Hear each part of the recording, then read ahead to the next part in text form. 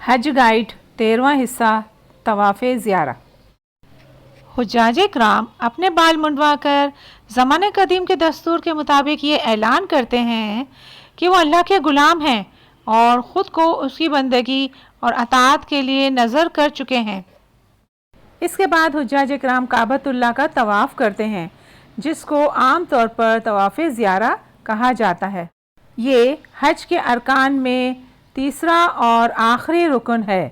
اس کے ادا نہ کرنے کی صورت میں حج ہی مکمل نہیں ہوگا۔ طواف زیارہ 10 ذی الحجہ کی صبح صادق سے لے کر 12 ذی الحجہ کے غروب آفتاب تک کیا جا سکتا ہے۔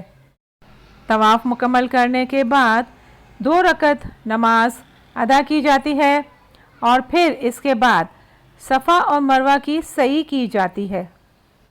طواف زیارہ کے بعد حجاج پوری طرح احرام کی پابندیوں سے آزاد ہو جاتے ہیں۔ اگلا اسٹیپ ہے 11 اور 12 ذی الحجہ کے مناسک۔